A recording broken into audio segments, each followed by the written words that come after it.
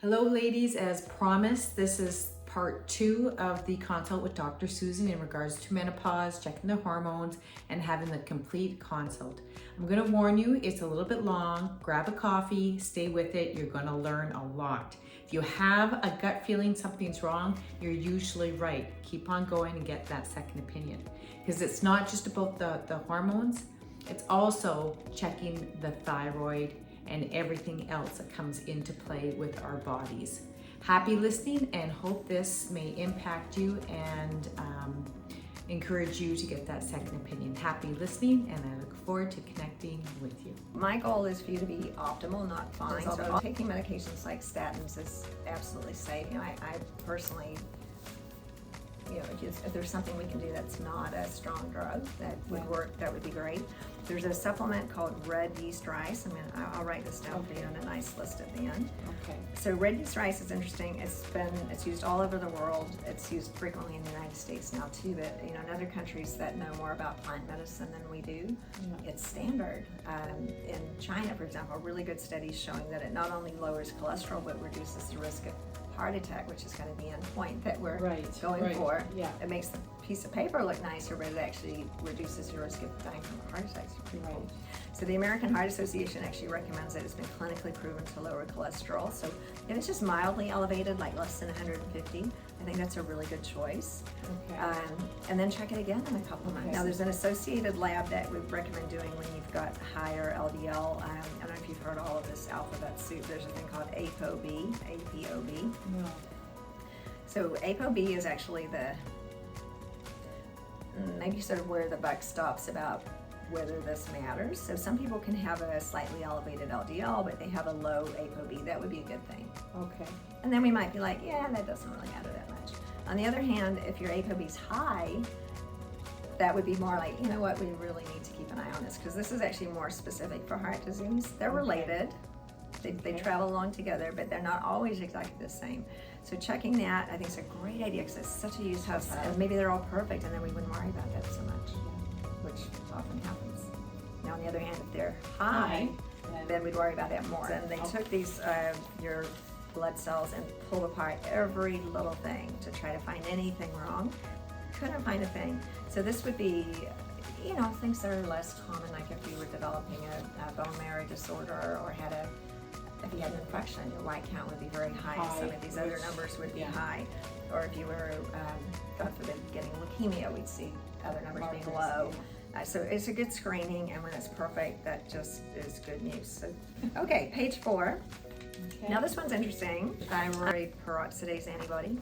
Okay. Has anyone ever told you that you have Hashimoto's disease? No, but I've been reading it and making myself sick. Yeah. Well, so it's actually your free thyroid levels are really good. So let me explain how that works. So you have a pretty high level of this antibody we call it TPO, thyroid peroxidase antibody. Okay. So the TPO antibody is an antibody that you are making in your own body, and it is knocking off this particular enzyme called thyroid peroxidase, and so that decreases our ability to make thyroid hormone. So that's a pretty good hefty number. When it's greater than 30, you get this name of Hashimoto's thyroiditis, which is the most common reason to have low thyroid. So you definitely have it. It's greater than 30. Now, is that like it's what was it, 200 and something? 213, yeah. So some people have much higher, but that's definitely not. Well, it freaks me out. Yeah. Well, it's freaking me out. Well, it showed a little bit, but there's a lot of things we can do about it. So the first thing to look at is whether your thyroid function is normal, because your body can sometimes keep up with it even though it's being attacked by this enzyme, and your free thyroid levels are actually really good.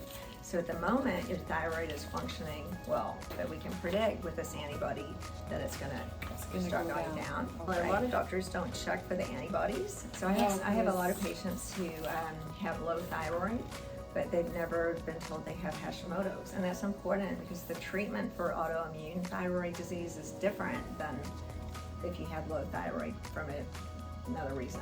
Right. This is a really good book.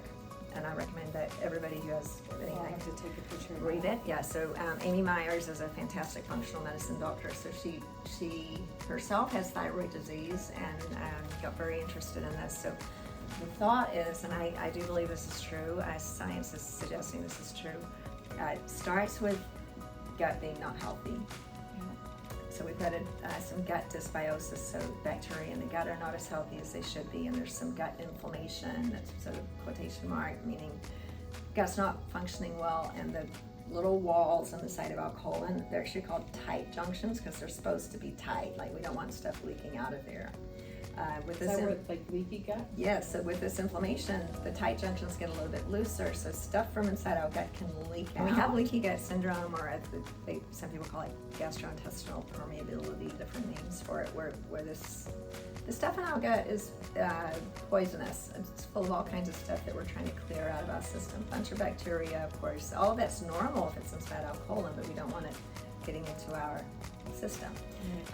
When it does, we make antibodies against it, and those antibodies can mimic a tissue in our own body. So this is one of those antibodies where the thought is that there's some leaky gut stuff going on. We develop antibodies that end up attacking our own thyroid. So Yes, I knew it. really, really interesting, because the treatment for this not only is taking thyroid medicine if that's appropriate, but also healing the gut.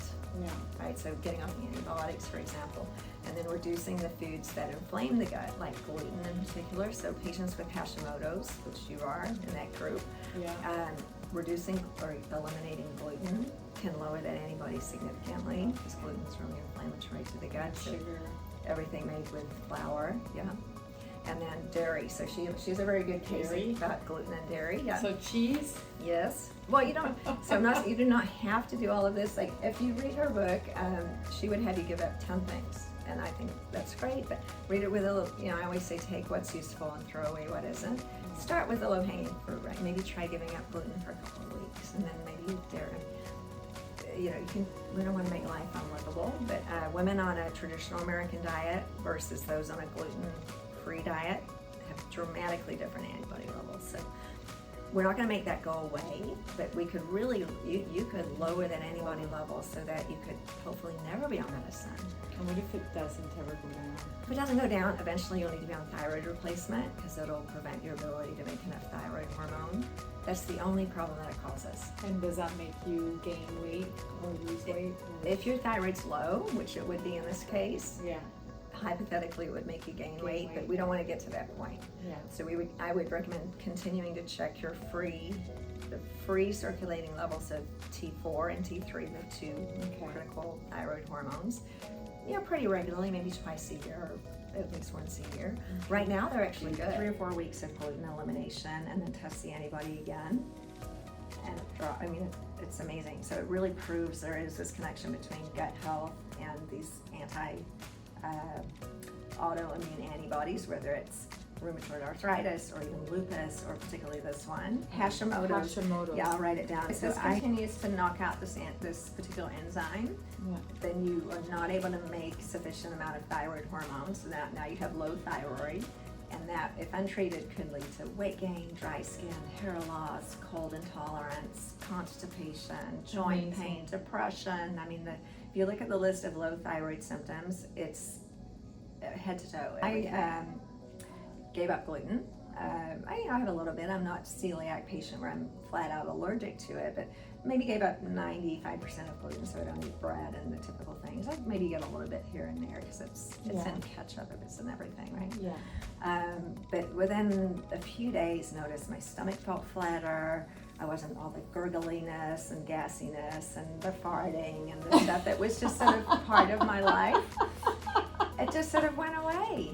Isn't that amazing? But I was just sort of living with it, like, that's just what my tummy does. I have intermittent diarrhea, sometimes constipation. I just thought it was normal. You embrace it and say, this is the way I am. Yeah, this is just life, and I had no clue, just went over my head that it was anything to do with what I was eating, because I eat healthy, but I was eating, typical things that have gluten in them. I have a question though. Yeah. What about wine and beer? Yeah, so gluten is in beer, because it's got wheat in it. So wheat, barley, and rye. But wine is generally gluten-free. Okay. So yeah, I like to enjoy a glass of wine. And then we check this thing called homocysteine, and that's a very good number, 8. Okay. We really want it to be less than 10 or like as low as possible, and yours is a very good number. So homocysteine is a nasty inflammatory marker. When that's high, it increases the risk of everything we don't want. So it's not so much gut inflammation, but blood vessel inflammation. So heart disease, stroke, Alzheimer's. Yours is good. Okay, so I don't have to worry about that. Don't have to worry about that. Ferritin, that's iron. That's also very good. Right around 100 is perfect. So 50 to 150 is excellent. So yours is exactly where it should be. FSH is, I'm going to write it down, that's follicle stimulating hormone. So that guy or girl, her job is to stimulate the ovaries to release eggs. Yeah. The poor little thing never realizes that it's not going to work. It keeps going, even when we're 90. It's still trying. Very persistent. Poor thing. Yeah, so you can see 81, which is a very high number, is reading as normal because it's normal for our age. Right? Okay. So when we were young and fertile, say 25, 30, our FSH would have been less than 5, like really low number, because the brain just made a tiny bit and the ovaries were like, poof. They didn't need much encouragement. Now, of course, they're not working at all. Yeah. And so, nor am I, but it's continuing to try. Okay. Right?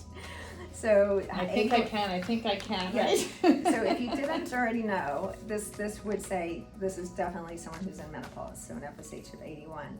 But if you were to take estrogen, it drops by about 50%. I think about these like little people. So it's been trying all this time, and finally it's like, yes, we need some estrogen, we can relax. And we're like, no, you didn't, but we'll let you take the credit. Yeah. So then your pituitary gland can calm down, which just intuitively sounds like a good idea. There's a bunch of science going on about whether that actually improves our health. But right now, this pituitary gland is like on fire, like sending out all of the firemen trying to get something to happen and making massive doses of this hormone. And that's got to cause some downstream effects. We don't know what they are yet, but some people think that might be part of the reason why we see more cognitive decline in women with low estrogen for a prolonged time. Yes. Taking estrogen makes FSH lower. They are inverse of each other.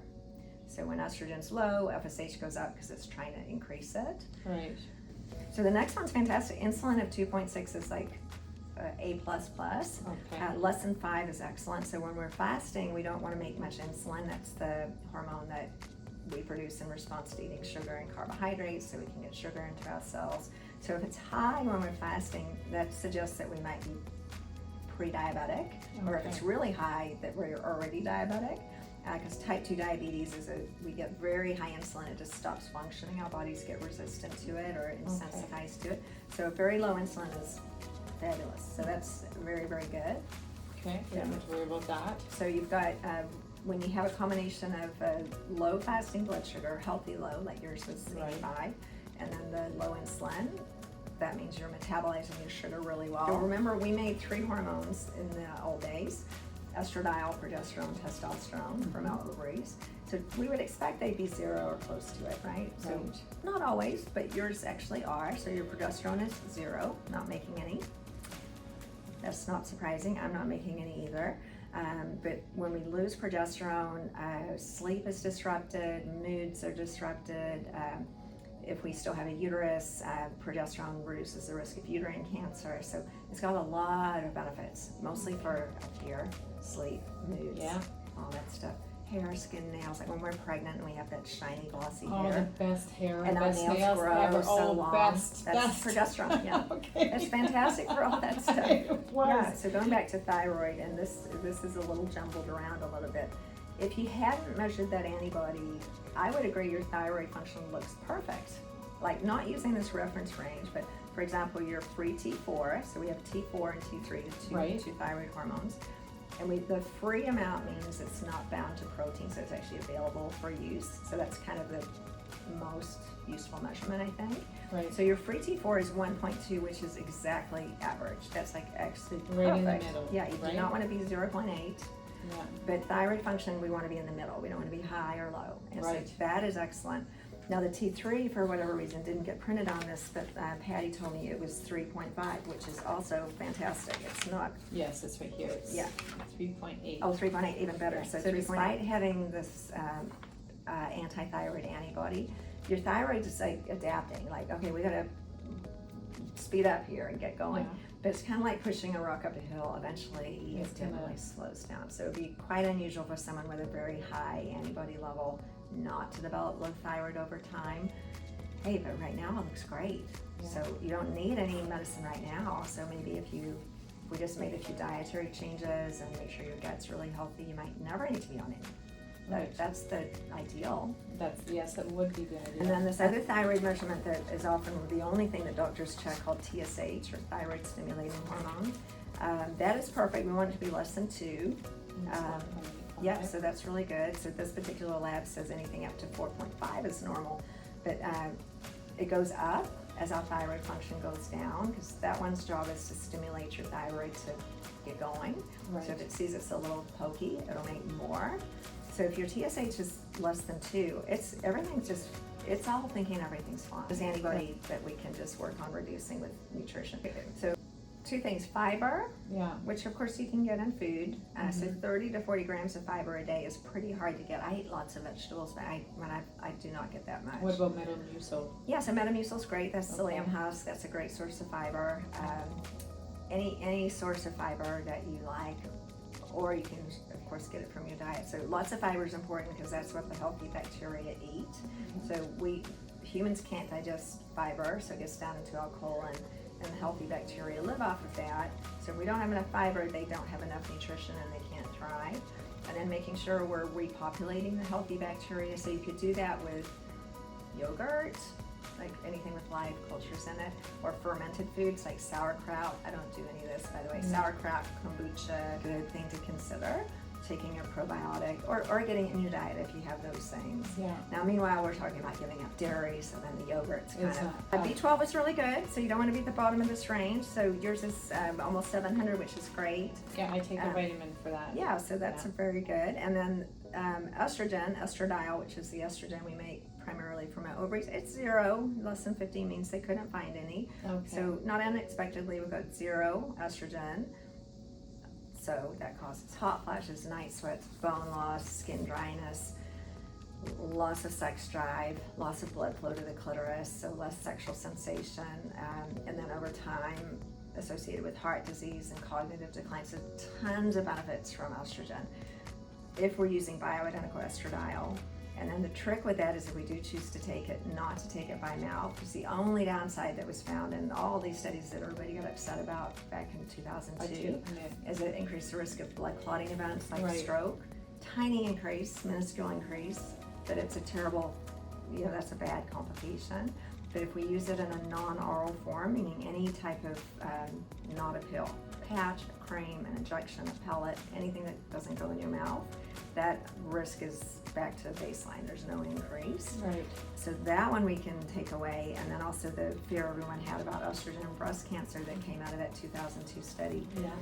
So interesting. I mean, that's like one of the best examples of how the media misreported something and led to a huge change in public policy, which was completely based in not science. But prior to 2002, we were giving estrogen to everybody like candy. Yeah. And there was good reason for that, because we knew that it improved osteoporosis, heart disease, sexual wellness. And so it was distributed. A huge study that was published in 2002 was stopped early because the authors of the study noticed a slightly increased risk in breast cancer. Very, very slight. It was so slight that people argued it wasn't even anything to worry about. It amounted to 1 case per 1,000 patients per year and 0 deaths. Wow. So arguably insignificant. Breast cancer thing turned out not to be an issue.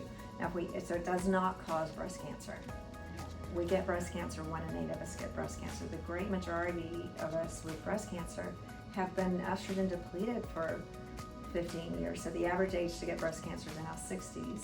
And assuming that a woman didn't take hormones, which is most women, they've had no estrogen for years. Yeah. Yet when we had high estrogen, we didn't get breast cancer. So it's sort of, a lot of it doesn't make sense in retrospect. No. So we might get breast cancer regardless, right? Whether we You don't take know. Right, if we Right. take hormones or we don't, we might We get don't it. know. So we get an annual mammogram, and I just consider that problem solved. And if we're in that small group that gets breast cancer, it'd be caught very early, totally treatable. Yeah.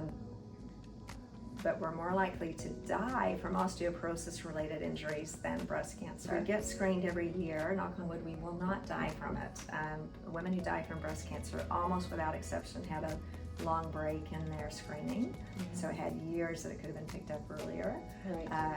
So yeah, we just go get a mammogram every year, and then Be problem done with solved, it. right? Yeah. Then testosterone's interesting. 13 is a very low number. Now it's not 0 like the other two, because occasionally some women, mine was 0, but some women make a tiny bit of testosterone from the ovaries after menopause or from the adrenal glands. We're not sure where it's coming from, but a little bit. 13 is a very low number. It's enough to affect libido, muscle conservation, energy. It's another thing that helps drive our bone density down. Okay. So many women, and I take testosterone, and we want to elevate it. But we don't want to get the whiskers. Yeah, no. We already stuck. I don't want to So- get the whiskers, you know. Yeah, so you can take too much of anything. So if one took too much testosterone, you could develop acne, oily skin, hair growth, a lot of terrible things. So the dosing's critical, and the thought process that I have with hormone replacement is that we're putting back what was there before. Right. So for example, in our 30s, we would have seen levels, say, of perhaps 60 to 100, something like that. So we don't want testosterone of 200, Right. but somewhere in that healthy range for a female. Libido's improved for almost everyone. Many studies have been done on sex drive for particularly what you were describing, just that drive. Yeah. So sex drive is improved in most women, more than placebo, in every study that's ever been done. For Okay. me, it made a huge difference from I got testosterone pellets personally, and mine's about 100 today. I checked it last week, and I feel great. Yeah. We really don't need it higher than that. No. But just something to give us that extra zing. There really is no downside so long as it's not dosed too high. That is the only downside. Okay. So it's not dosed too high, nothing except good things can happen. So to summarize, so you have, as we do, pretty depleted ovarian hormones. So estrogen is 0, progesterone was 0, testosterone was pretty much 0. Right. Teeny tiny bit. Right. So those are low. And then you've got the TPO, which is that anti-thyroid antibody. So that one, we don't have to treat anything now, but just nutrition. Just take a look at that book and think Yeah. about gut health, so probiotic, fiber, gluten reduction, all those little things. The rice. The red yeast rice is for the cholesterol. Oh, Yeah. sorry. So yeah, so thanks for reminding me. So red yeast rice, and then considering doing that additional testing for the other little tests, the alphabet Do soup you stuff. have to order it or okay? And we can order it, and you just have to do it I fasting. started Googling it and I'm going, oh my god. My Yeah. husband's like, stop Googling it. You have the doctor's appointment. Yeah. Go there. Well, in fact, it's not causing any harm yet, No. which is really good. Yeah. Being proactive. Yeah. Right? And if you're not proactive, then it Yeah. can lead to severe health issues. Right? Okay, and this is a very good example of why, and I didn't used to do this because we weren't taught to, but a traditional panel, it would just check your thyroid function, and, Right. and it would be good because it is. Right. But they wouldn't know that there's this thing around the corner that might be about to make it go down, and they wouldn't be talking about treating your gut because they wouldn't know that it's an Right. autoimmune situation. So the autoimmune thyroid is treated differently than regular thyroid. So I think if you don't check that antibody, you're missing an opportunity. You are. Right, because then all of a sudden you'd come in and your thyroid would have crashed, and they'd be like, "What happened?" Yeah, it was normal. Right, exactly. Yeah. So, and I missed all these things too. We weren't taught this in med school. So your body composition actually looks. So, to my eye, I could say this looks really good. Now, what really matters is how you feel about it. We all know weight on the scale is not the most important thing, and we yeah. know that. However, everyone has their favorite number. I know I do. Breaking it down into weight, muscle mass, and body fat, just those 3 categories. This graph looks good, and I'll show you the way they present it. If someone were down here in the black, the machine would suggest that's too low for ideal health. And then if the numbers were up here, it would turn black again, and that would be too high for ideal health. Okay. So what we really want is that they're all about the same length. which Okay. they are, Yeah. and that's great. Now, if you were like, hey, I just really want to be like the rock star of body composition. Yeah, no. Well, But you could make it like this, with the longest bar being the muscle mass bar. Lose a little bit of fat. You don't have to. But I know I want to tone up, so Yeah. it's nice to see. So I've just never gaining had some that muscle. before. Yeah. So doing some strength training, something that gains, even though you're, Pilates. so your muscle mass is already good, but it can never, it can always be better, right? So if you have, and I like this idea, if we have a little extra muscle, so if it's higher even than suggested, like higher than okay, Right. optimal, right? Right. We're going to lose some. So we're in our 50s. I like the idea of going into my 70s and 80s with extra muscle mass, because we're going to lose some. Yeah. And then we've got some resilience, so we can still get up and down off the floor, walk up a flight of Which is important, stairs, yes. carry our suitcase, play with the grandkids, all the things. So this is good. And then to make it like fantastic would just be a little shift in that direction. So a little bit more of this, a little bit less of that. Okay. Again, that's just a Just little quick- bitty and I mean, switcheroo. if it's even with the diet too, it'll make a big Yeah, difference. I mean, too. honestly, if you get rid of gluten, Yeah. it's a lot We're of the gonna try. carbs, right? We're So gonna- we it lose is. weight. Yeah. So BMI is just height and weight, and that's normal. It doesn't have all of the information though about how much muscle and fat we have, so I generally ignore it, even though that is normal. And then body fat percentage is really interesting. This is the percent of your current weight that's body fat, and that's a perfectly healthy number for women. We want it to be less than 30. Okay. Now, some women like to be really skinny and they want it to be down like, 20%, and that's fine. But, typically mid-20s is great. Okay. Yeah, so that's perfectly fine. And then this is really fun. This shows where your muscle mass is, and you do have very good muscle mass, which is fantastic. Who knew? So go you. Yeah, so that's really good. And it will decline As over we go life, older. right? So Yeah. we want to keep it really good so that we can handle a little of that decline. So this looks really good, but hey, we could even do better, because why not? But this is very good. So I'm 56. I take estradiol, progesterone, and testosterone. I feel great. Yeah. My bone density is actually improved. My sex life has improved dramatically, as I mentioned. My muscle mass has improved. I'm screening for breast cancer. I'm doing all of the things that we should do. Right. And this is just my story, but our patients say the same thing. I mean, it really should be nothing other than just positive effects. So I think that's a very healthy decision if someone did make that decision, and really supported by science. I mean, it's not just sort of opinion anymore, and it really shouldn't be controversial. It's controversial amongst people who haven't kept up to date with the literature and still kind of basing all their knowledge on that 2002 study, which is probably not a good idea, because it Right. It's wasn't a old. good study and it's really old. Yeah. So if we're considering those, estradiol, we want to not take by mouth. Right. So you can get a patch, which is a little sticker you put on, and it lasts for half a week basically. So I did it for a few years. I changed it every Monday and Thursday. It's like like the size of a dime. And I put it maybe under my undies line, Okay. just so I could see it. Right. And then it's very sticky. You can shower. I even was swimming with it on. Peel it off, stick on another one. Okay. You're getting estradiol all the time at Yeah. a very low level. So it's Okay. good for everything. So that's a very legitimate way to do it. Right. And then progesterone is interesting because you can take that by mouth. It's safe for the liver. It doesn't cause any problems at all to take it by mouth, Right. and it makes you sleepy.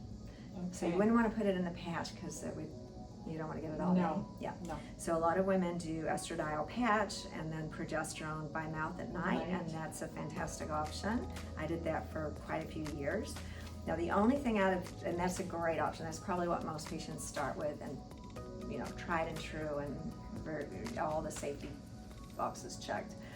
The only thing missing from that is testosterone, and I'm really interested in testosterone. I think it's got a huge part for women. We've had it all of our lives. So we don't have a testosterone patch yet for women. Men have 7 different brands of testosterone that you can get from the pharmacy. We have none, but Yeah. they're coming. So currently we have testosterone made by a compounding pharmacy, so we have to have a really good one, which we do. Again, you don't want to swallow it, but you can get it in a little thing that goes under And your you're kind of tongue. like a B12. almost. Yeah, like a little Right. dissolving thing, right? So we call Yeah. it a troche. You just put it in your mouth, like by your cheek or Yeah. in your tongue, and it dissolves, so you're absorbing it into your mouth. Right. And that way, maybe you get a tiny bit in your stomach, but very little. It's almost all absorbed into the tissue, the inside of your mouth. Okay. So a bit annoying because you have to do it twice a day. So morning, night, you just pop one in your mouth. So there's a bit of an up and down with it throughout the day, but you are getting it all the time, so it's fairly stable. Okay. So that's very popular, so a lot of patients do it, those three. Sounds like a lot, but it's pretty omega-3, in particular the EPA and DHA are the two that have been associated with brain health, so reduction in Alzheimer's in particular. So definitely omega-3, the D, the B, and then for you, the gut health stuff. I take magnesium too. Magnesium's super important, so I take that at night, helps with sleep, also great for brain health. So everyone's supplement needs are different, but the ones you're mentioning, pretty much everyone I think should take. Right. A B, a D, omega-3. These are good reasons. Something to keep your cholesterol down if you need it. Magnesium is fantastic for sleep and for brain take health. 500 milligrams. Do you know what kind? So the mag 3 is the one that is particularly good for neurological health. Which one do you take? So magnesium has a I suffix. So magnesium citrate, for example, would be used for constipation. Okay. Magnesium threonate, threonate is good for brain health and sleep, so you can take that at night. Okay. I'll have to do that because I have to pay attention to the magnesium. I don't know which one I have. Yeah, and that's confusing because there's so many. It's also a critical part of our bones. So magnesium we need it. Yeah. So that's great. And then calcium for bones too. If we're doing dairy, we're probably getting it in our diet. So the source of its diet. I don't eat dairy much, so I do take a calcium supplement. So, but if you can get it in your diet, that's great. So, what are your thoughts about this stuff? Like I'm gonna try it. The patch, the troche, the lozenge, and the progesterone at night, or you could also put these two together in a pellet. Do you know about hormone pellets?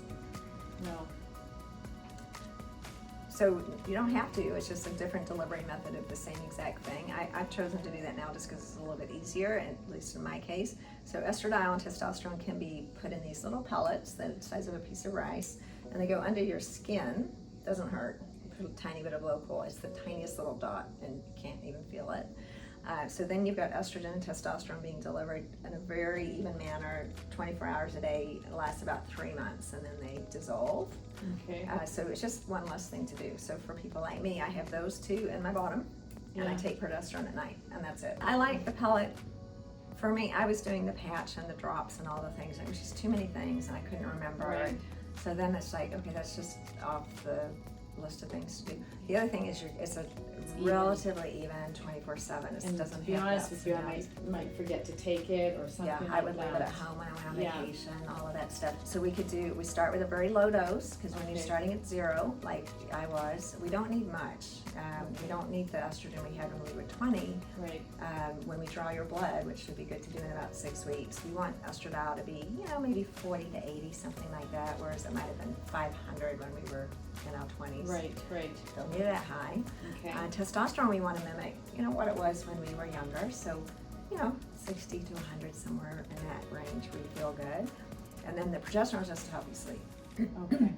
So that one just goes to a regular pharmacy, whatever your pharmacy of choice is. And then these two we can put in your bottom today. We have to have some kind of biomarker to see if it's working. Like say if you take vitamin D, you can draw your blood and see it got better, right? Right. If you're taking red yeast rice, we want to see your LDL come down. If we're doing this diet protocol, you'll see that antibody come down. So question for you then. So once we end up having, go on here, see the results, work on the diet, 6 weeks I get the blood drawn. Do we do a virtual appointment or do we come in?